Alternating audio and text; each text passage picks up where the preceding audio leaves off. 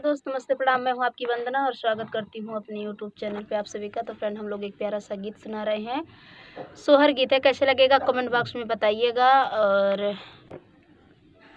धनवो बरी के रतुली पलंगिया यो बरिया हमारी दासऊ बरिया हमारी दासऊ धनवो बरी के रतुली पलंगिया ओ बरिया हमारी दासऊ बरिया हमारी दासऊ सोनावान कई हमारा नाई हर रूपवा के वाड़ी लागल रूपवा के वाड़ी लागल हो साहेब सात बीरन कई बाहिनिया वो बरिया कैसे दासऊ ओ बरिया कैसे दासम हो साहेब सात बीरन कई बाहिनिया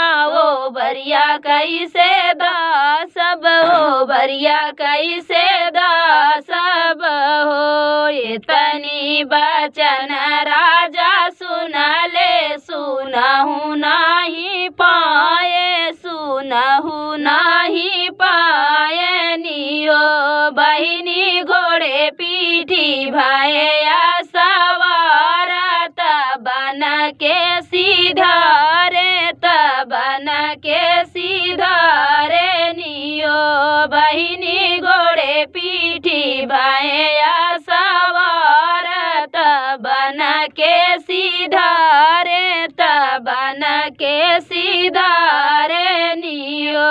एक बन गईले दूसर बनाया वरौती सर बनाया वरौती सर बना हो बहिनी पिछवा उलटी जब चिता वही शीतल रानी गोहने शीतल रानी गोहने हो बहिनी पिछवा उलटी जब चिता वही शीतल रानी गोहने शीतल रानी गोहने हो सोनवाना कई तोहरा नैयर रूपवा के वाड़ी लागल रूपवा के वाड़ी लागल हो रानी सात बीरन कई बाहिनिया गोड़नवा कैसे